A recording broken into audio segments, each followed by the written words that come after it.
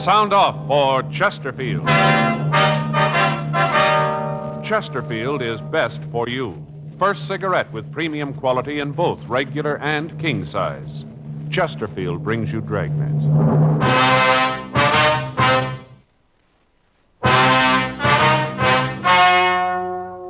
Ladies and gentlemen, the story you're about to hear is true. The names have been changed to protect the innocent.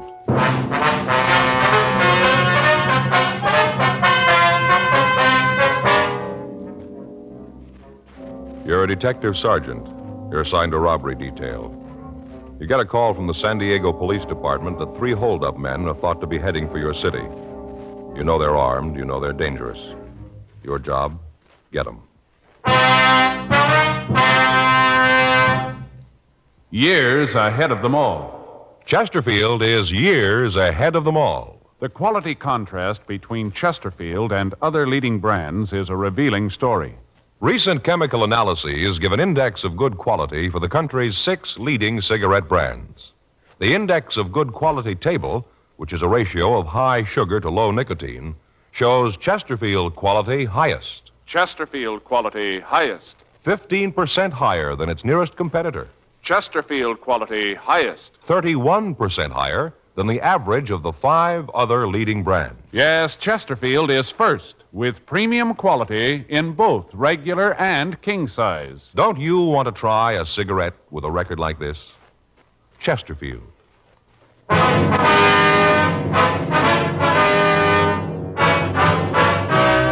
Dragnet, the documented drama of an actual crime. For the next 30 minutes, in cooperation with the Los Angeles Police Department, you will travel step by step on the side of the law through an actual case transcribed from official police files. From beginning to end, from crime to punishment, Dragnet is the story of your police force in action. It was Monday, October 5th. It was warm in Los Angeles. We were working the night watch out of robbery detail. My partner's Frank Smith. The boss is Captain Didion. My name's Friday. I was on my way into the office, and it was 4:58 p.m. when I got to room 27A. Robbery. Hi, Murph. Seen Frank? Yeah, he was here a couple of minutes ago. I think he went down the hall, said he'd be right back. Thanks. How the kids? Well, we're in the cycle again. What do you mean? The cold cycle. Oh, yeah. Oldest boy brings one home with him, gives it to his sister. Then it goes to the baby, then to the wife, and then to me. By the time I got it, the oldest boy's ready to catch it again from me. Doesn't seem to be any end to it. Yeah, I see what you mean. Reading the other day where if you take care of a cold, take a lot of pills, stay in bed, you can shake it in a week. All right. Don't do anything special for it, and it'll take 7 days to get rid of it. Joe? Got an APB here from San Diego. Boys down there really drew themselves a gem. Yeah, can I take a look? Yeah, here it is. Yeah. I can hear him moan all the way from here. What is it? Well, I had a jewel robbery at a hotel on the coast. 3 men. Took $135,000 in jewels and at least $15,000 in cash. 150,000, huh? Any leads on them? No, APB gives a description, list of the stolen jewelry. That's about all. When did it happen? It says 1:30 this morning. Yeah, it's going to keep him busy for a while. That Mort's screaming like an eagle, Joe. Why? Well, I talked to him last week. Said he was going down to Mexico to do some fishing. Been saving days off for the last 3 months. Won't get to go now. Yeah, I get it. Robbery, Friday. Yeah, go ahead. San Diego. Huh? Yeah, hi, Mort. Yeah, we got the APB. How's it going? Yeah. Uh-huh. When do you figure they left? Yeah. Okay, Mort, yeah. All right, we'll keep an eye open. Right. Bye. What's he got? Well, Davis, Walk, and Hewen are coming up. They're driving? Yeah, they figure the hold-up men are heading this way. The early editions of the afternoon papers came out, and they carried the complete story. 3 men had entered the Carlton Surf Hotel at 1:30 a.m. All 3 were armed, and they forced the manager to open the safe. Inside the vault were the jewels and the other valuables that had been deposited with the management for safekeeping by the guests. After looting the safe, the 3 men had robbed 5 of the guests who had entered the lobby during the time that they'd been going through the safe. After taking all the money and valuables they could find, the 3 men forced the manager and the guests into a back storeroom of the hotel, and they locked them in. None of the victims could tell the San Diego officers what kind of a car had been used, but all of them were able to give good descriptions of the 3 men. The San Diego Police Department had been called, and the men from the Detective Bureau had begun an immediate investigation. From the phone conversation I'd had with Lieutenant Mort Gear, They had evidence to believe that the three men were heading up for Los Angeles. While the three detectives from the San Diego department came to L.A., Lieutenant Gear, Sergeant Tony McGuire would continue the investigation down in their city. 11:12 p.m. Sergeants Carl Davis, Jerry Walk, and Pappy Hewen arrived at the city hall. They filled us in on what had happened. The way the thing looked, it figured that someone who had either worked for the hotel or was working for it had engineered it. How'd that check out? The identification we got? Yeah. Virgil Russell worked for the hotel a year ago as a busboy in the dining room. All the victims gave a positive identification on it. How about the other two, Carl? Nothing on him yet. What made you figure they might be coming up here? Well, Russell's got a record, checked his package, and found that he has a sister in San Diego. Checked her, and she gave us the lead. Yeah. Said her brother and two men came by the house early this morning. Her brother's been staying with her the past few weeks. Anyway, he came by this morning, packed his clothes, said he had to come up to L.A. on business. Well, she have an address up here for him, Carl? Not good. Said he told her he'd get in touch with her. He was staying with a friend in a place out on Olympic Boulevard. Anything on that address? Yeah, our package gave an address out there. Russell had listed a friend of his when he was arrested. We figured he might be out there. Got a good description of the car. One thing is going to help. Yeah. Sister told us that she asked her brother about the other two men. Wanted to know if they didn't want to come to the house. Mm-hmm. Russell said no, they were waiting for him, and the three of them were in a hurry. She couldn't give us a description of the other two. Well, what time this happened? About 5:30 this morning. Well, they came right up here. They'd get in about 8 then, wouldn't they? Yeah, You're pretty sure that these are the right ones now? looks like that. Identification of the mugs. Russell's sister told us when he was packing, a brooch fell out of his grip. She picked it up for him. Give a description of it? Yeah, matches one that was taken from the hotel in the theft. Large diamond with 4 rubies in the setting. Looked real good for the job. Did you get a broadcast out on the car? Yeah, Russell's sister told us it's a 53 Nash, red and black Continental hookup. She said Russell just got back from a trip through Arizona, Nevada, New Mexico. Said that he had the rear window covered with those stickers. You know, the ones they get from gas stations. Yeah, I know what you mean. Window's supposed to be covered with them. Shouldn't be hard to spot. Well, maybe he figures that, too. Might have him taken off, huh? Possible. It's a lead, though. Something else to look out for. Any chance he might have gotten across the border into Mexico? Yeah, it's possible, but it isn't likely. As soon as we got word on the car, we got out a supplemental APB on it and got in touch with the authorities down the border.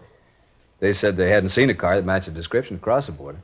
Well, if they'd gotten to the border, the officers down there'd know about it anyway. Yeah, I talked to Al Gayton from our office. He said they'd be on the lookout for him. Our pawn shop detail got right on it, Carl. They got the description of the jewelry out all over town. We haven't had any reports on it yet, though. They aren't going to try to sell it piece by piece. Too many of those pieces are easy to recognize. Yeah. They'll probably try to peddle through a fence and have it broken up. Well, we'll get the word out to our informants. Ask them to watch out for it. Yeah. Heist that big can't be kept quiet for long. Bound to be rumbles on it someplace. I'd like to check out the place on Olympic. It looks like it's the best lead we got. Okay. We're walking Hewen, you know. Went down the hall with Murphy. Wanted to check some things at R&I. Well, might as well get on out to Olympic, huh? You got the address? Yeah, you better check the place first. Could be rough. What do you mean? Well, all 3 of them are armed. Russell served time twice before at the joint. Yeah. I don't think he's going to want to go back.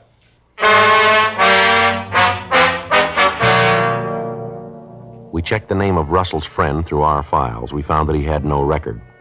We drove out to the address on Olympic and we talked with the neighbors. From them, we found out that it was not a private residence. We talked to the woman who lived next door. We asked her about the man listed in the San Diego package as a friend of the suspects. She told us she hadn't seen him. Directly in front of the rooming house, we found a car answering the description given us by the sister. There were no lights on in the rooming house. Walk and Hewen covered the rear of the place. Frank, Carl Davis, and I went up to the front door. Pretty dark. I can't see anybody in there, can you? No, I can't. Check the window, see if I can spot anything. Right, Carl. Well, let's try the door. Yeah.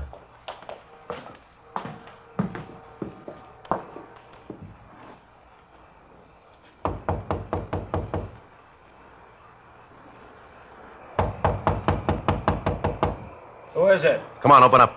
Beat it. Nobody gets in here. All right, Frank, let's hit it. All right, stand right where you are. Hold I'm it. not doing anything. What are you doing breaking in Get here your like hands out this? in front of you. Sure. I'll shake him, Joe. He's clean. Everything okay? Yeah, Carl. I'll get Walk and Ewan. Who else in the house? Nobody but the landlady. She's upstairs. Her and her daughter. Nobody else here. What's your name? Pete Ellis. Where's Russell? I don't know any Russell. All right, we'll look around. Come on. What's in there? Dining room. There ain't nothing in there. Open it up.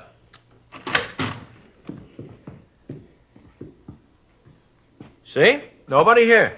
Yeah. All right, we'll check the other rooms.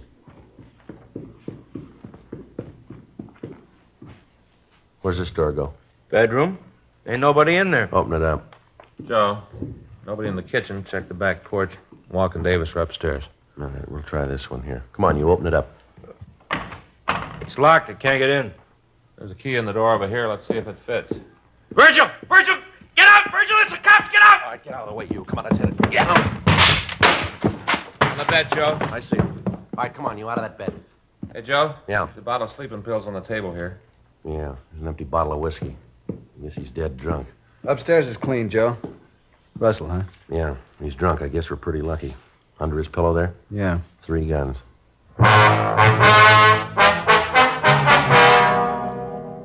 With the suspects in custody, we searched the house. In the back bedroom where we'd found Virgil Russell, we found a folder with all of the newspaper stories of the hotel robbery. In each instance, that portion of the story which referred to the thieves themselves was outlined in pencil, and there were small notations along the margins of the newspaper. A complete search of the house netted us nothing. There was no sign of the loot from the robbery, although each of the suspects had a large amount of money in their possession. We talked to the landlady, but she was unable to tell us anything about the suspects. She said that she had rented a room to Peter Ellis over a year before, and that the suspect had moved out after living in the house for only 2 months. She said that she hadn't seen them again since that night when they arrived at the house and asked for rooms. We called the office and arranged for a stakeout on the place, and we took the 2 suspects back to the office. We ran Peter Ellis through R&I, and we found that he had 1 previous conviction on a robbery charge. 2:15 a.m. We talked to Virgil Russell in the interrogation room. All right. I ain't trying to con you into anything. I was in on the heist, I'll admit it, but I ain't gonna be no fink. You ain't gonna get any other names out of me. You got the money we found on you from that hotel robbery, is that right? I don't know where else it'd come from. I got no reason to con you about the hotel job. I pulled it. I ain't afraid to admit it. I'm just not turning fink, that's all. Maybe we can get it out of Ellis. He won't tell you anything. You're pretty sure about that. He admits he was in on the robbery. Well, so what? We all had a deal. If any of us got caught, they wouldn't tell about the others. You think Ellis and that other guy'd go that route, standing the arrest alone? Sure. We had an agreement. Oh, come on now. Tell us how much you got for the jewels. You can tell us that and not tell us who the other man is, can't you? Yeah, I suppose so. Isn't there any way you could tell if I told you how much we got? How much? 7,000. How much? 7,000. Who set up the deal to sell the stuff? Your partner? Yeah, he handled all that. He fixed it for you to get $7,000 for all the jewelry? Yeah, that's right. Well, you made a good deal, all right. 7,000 for $135,000 worth of jewelry. Wasn't worth 135. That's just the papers, making it sound big. No, Russell, you're wrong. That's what the stuff is worth. Are you kidding? You got that report, Frank? Yeah, here. Now, wait a minute. That's maybe what they claim the stuff is worth. But you know how people are always jacking things up on the insurance companies. The stuff was worth, maybe 15,000, not a cent more. Yeah, Joe, here it is. This is a report you got from the insurance company, Carl. That's it. Would you like to read it yourself, Russell, or do you want me to read it to you? Well, let me see it. All right. What a lousy bum. Oh, no good. He's a thief, that's what he is. A thieving thief. That's the kind of a guy you say you had to deal with, huh? Let you think he was doing you a big favor. Some deal, $7,000. If we'd picked him up, he'd have screamed like an eagle. He's your pal, all right. What a no good thief. I can't believe it. Who'd he sell the stuff to, do you know? No, I don't, and that's the truth. I saw the guy, but I don't know who it was. How'd the deal work? Well, earlier tonight, we got together out in Westwood. He called the fellow who was going to handle the deal, told him to meet us here. Who's he? A Fink, a lousy Fink. What's his name? Payne, Al Payne. How you spell it? Last name. P-A-Y-N-E. You got a record? No, I don't think so. I never heard him talk about it. You give us a description? Yeah. That stuff was really worth 135 grand. He said it was a lot of talk, newspaper talk, he said. Oh, brother, what a laugh. What's his pain look like? Oh, he's about 37, maybe 150, 60 pounds.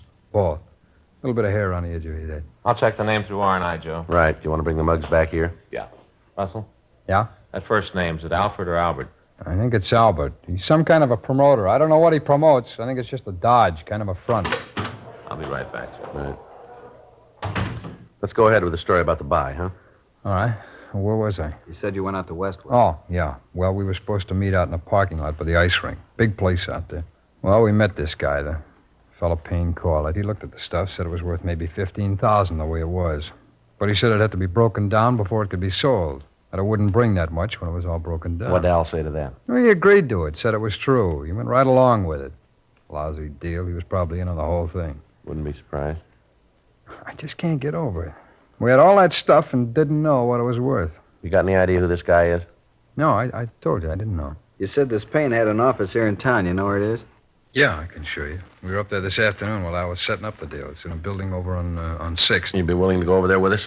So you can nail him? That's right. We want to get the jewels back. Sure, I'll go. So what that bum did to me, nothing too bad for him. How you going to work it, Joe? Well, Russell here will have to introduce me as somebody who wants to buy this stuff.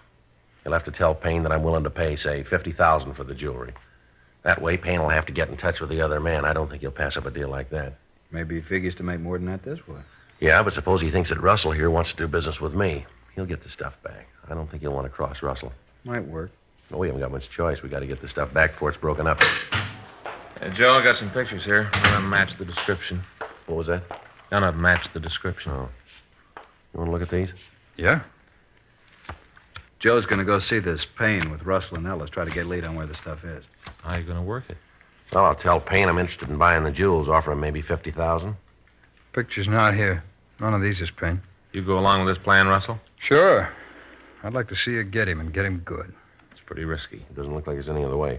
Suppose not. Russell? Yeah? We know Payne carries a gun. I'm going to tell you something. I want you to remember it. All right. You get any bright ideas about tipping Payne off about Joe?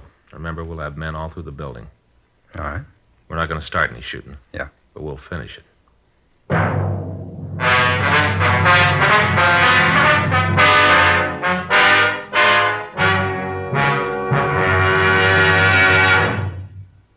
You are listening to Dragnet, the authentic story of your police force in action. Chesterfield is best for you. Just listen to the record. For a full year and 2 months, a doctor has been making regular examinations of a group of Chesterfield smokers, and he reports no adverse effects to the nose, throat, and sinuses from smoking Chesterfields. Don't you want to try a cigarette with a record like this? Chesterfield. First with premium quality in both regular and king size. Chesterfield. First choice with Young America. And that's from a survey of 274 colleges and universities. Try Chesterfields today. Remember, Chesterfield is America's best cigarette buy.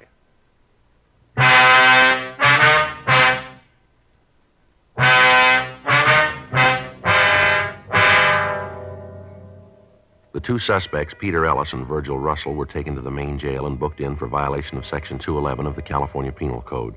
After that, the officers from San Diego, Frank and I, discussed the plan for finding the stolen jewels. It was agreed that I would go into the office building with the suspect, Virgil Russell. To lessen the chances of discovery, I would carry no gun or any police identification. We were unable to make contact that night, so the following morning, we checked over the physical layout of the building. It was 6 stories high and had one elevator.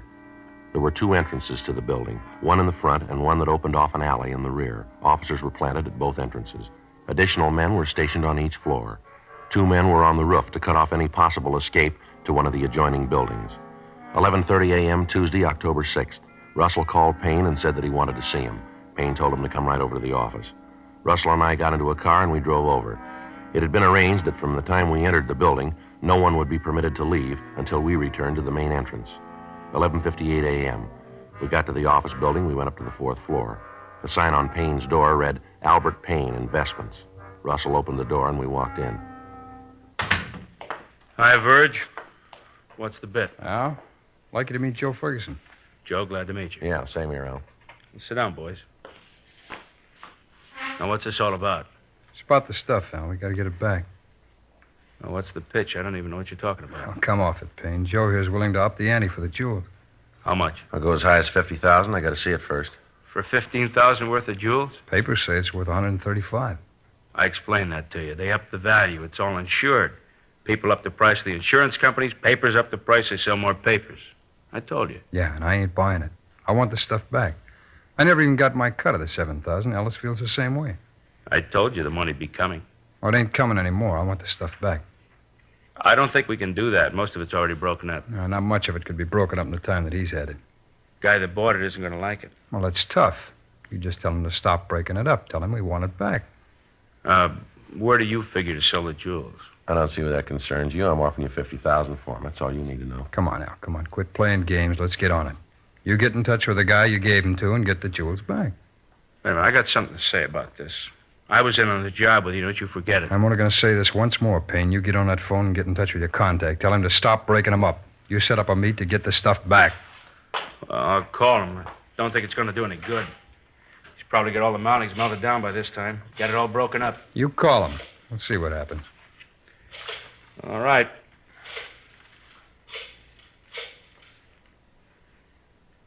Now, let me talk to Fred. Fred, this is Al. Yeah. Listen, something's come up. We can't go through with the deal. What? Yeah, I know. I told him. Doesn't make any difference. They want it all back. Yeah, I told him that, too. Doesn't make any difference. You want the jewels back that have been broken down, too? I told you, Al, I want all of it back. Yeah. Yeah, Fred, he says all of it. Okay. When can you make it? Yeah. All right. Yeah, we'll see you then, right. Okay, bye. They'll have the stuff for you tomorrow night. Why does he have to wait that long? How do I know? He just said he couldn't get it any sooner. You should have let me talk to him. I'd have told him. Yeah, sure. How much of it's been broken up? Well, hardly any. Just got started. Fred says almost all whole. Who is this Fred? That's none of your business. I asked you a question, Al. You got your answer. Doesn't make any difference who he is. You and your friends loused up the deal. Be happy. You fixed it fine. Well, I'll come out better. Yeah, you better be right. Now, remember, I got a piece of this. I won't forget. What time tomorrow are we going to meet Fred? Well, he said he'd call. Let me know where and when. Well, it can't be any later than tomorrow. I gotta be leaving then. You're going to have the money with you when you pick up the stuff, I'll aren't you? have it. All of it. I don't want any of this down payment. I told you I'd have. All right, you call me tomorrow about 10, Verge. I'll let you know the details then. Okay. I hope you're right about this, Verge. What do you mean? Well, this deal, I don't like it. I hope nothing happens to louse it up. Yeah, so do I.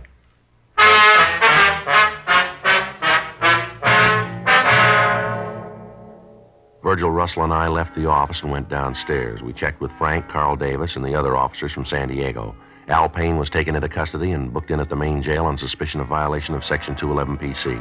Then we returned to the office. You find out who has the stuff? Yeah, a fellow named Fred. You know who he is? No, not yet, but we will. How'd you figure that? Payne didn't tell you. Well, I saw the number he dialed when he called Fred. It was a Hollywood prefix. That narrows down the area. I can try the number and see who answers.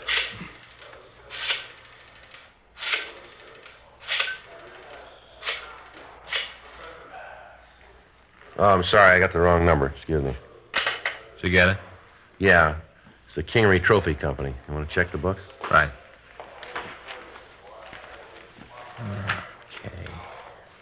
K-I, King, Kincaid. Here it is, Joe. Kingery Trophy Company. It's on Las Palmas. Trophy Company. That'd give him a chance to melt the mountings down to metal, wouldn't it? Be easier to get rid of it that way. Makes sense. What do you figure to move in on? Right now, we can drive out and check the place now, look it over, then we'll go in and get them. What happens with me? We got to take you back to main jail. After the help I gave That's you? the way it's got to be. You knew that going in. Yeah, I suppose so. Well, you tell the DA I helped, though, huh? Yeah, we'll see he knows about it. Sure a bad deal all the way around. Real bad deal. I should have known I couldn't win. Right from the start, I should have known. Nobody can win. Well, still a lot of people trying.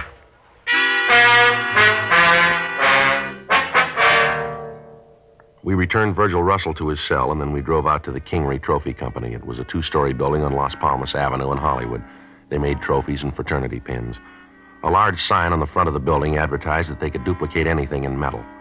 We checked with the neighborhood merchants and found that there was a permanent staff of 4 employees. The company was owned by a Roger Kingery, and none of the neighborhood people could tell us anything about an employee by the name of Fred. 5 p.m. The employees of the plant left the building. 1 man remained. From the description we'd gotten from Russell, we figured that he was the person Payne had called Fred. 6:03 p.m. The lights in the rear of the factory went on, and through the windows we could see the suspect working over a small furnace. On a table off to one side, we could see a quantity of jewelry. Frank, Carl, and I went to the side door of the plant while the other officers covered the remaining doors. All right, you ready? Yeah, let's go. Carl? Yeah. I'll hit the door and grab him before he's got the chance to throw the jewelry into the furnace. Right. Grab him, Carl. He's making a break for it. I got it. Hey, what are you guys doing breaking in here like this? Look at that, Joe. Jewelry matches the description of the stolen stuff. Yeah, looks like it. All right, mister, stand still. I'll shake him.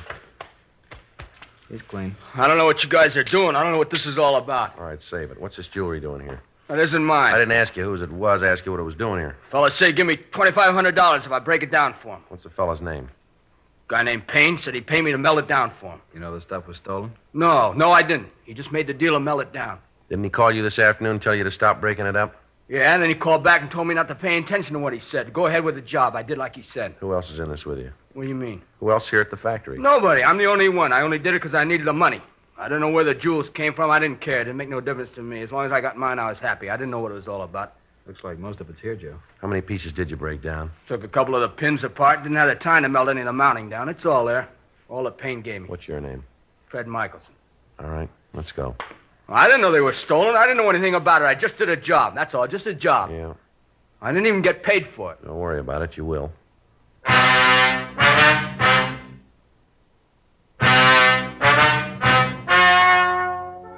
The story you have just heard is true. The names were changed to protect the innocent. On February 18th, trial was held in Department 89, Superior Court of the State of California, in and for the County of San Diego. In a moment, the results of that trial. And now, here is our star, Jack Webb. Thank you, George Fenneman. I want to thank all of you for your interest in Dragnet. Thanks very much for your letters. We really appreciate them, and we'll try to keep right on giving you the kind of a show that you like. I want to thank all of you, too, who have switched to Chesterfield. I know you're going to like them, and I know you'll find they're best for you. Now, you folks who haven't tried Chesterfields, I'd like you to pick up a carton tomorrow. Chesterfield. It's a great smoke.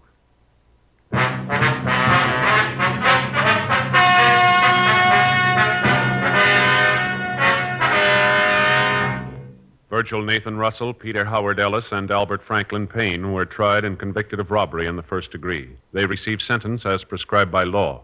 Fred George Michelson was tried and found guilty of receiving stolen property. He received sentence as prescribed by law. Receiving stolen property is punishable by imprisonment in the state penitentiary for a period of not more than 10 years. Ladies and gentlemen, Lieutenant Jack Allen, Los Angeles Police Department. Thank you. On behalf of the Detroit Police Officers Association, I'd like to present this award to Dragnet. I wonder if you'd read it, Mr. Fenneman. Yes, sir. Whereas the radio and television show Dragnet and its writers, producers, and actors most accurately portray the American police officers and their work. And whereas the result of this portrayal has been to give the people of this country a new insight into their police departments, bringing with it understanding, sympathy, and an aroused public opinion. And whereas Dragnet brings credit to the men and women of the police forces throughout America, therefore we, the Detroit Police Officers Association, representing the patrolmen, detectives, and policewomen of Detroit, hereby cite and commend the show Dragnet and its star, Jack Webb, who plays the part of Detective Sergeant Friday, as the finest and most accurate police program both on television and radio. Signed this date, March 31st, 1953, in behalf of the association by Thomas Duffy, President, Bruce Finney, Vice President, Francis Klein, Secretary-Treasurer. All of us on Dragnet want to thank the Detroit Police Officers Association, and our thanks to you, Lieutenant Allen.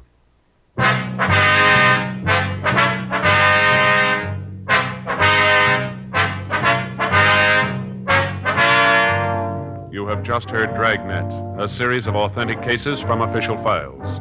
Technical advice comes from the Office of Chief of Police W.H. Parker, Los Angeles Police Department. Technical advisors, Captain Jack Donahoe, Sergeant Marty Wynn, Sergeant Vance Brasher. Heard tonight were Ben Alexander, Eddie Firestone, Art Gilmore. Script by John Robinson. Music by Walter Schumann. Hal Gibney speaking. For a million laughs, tune in Chesterfield's Martin and Lewis show Tuesday on this same NBC station. And sound off for Chesterfield's. Either regular or king size, you'll find premium quality Chesterfields much milder. Chesterfield is best for you. Chesterfield has brought you Dragnet, transcribed from Los Angeles.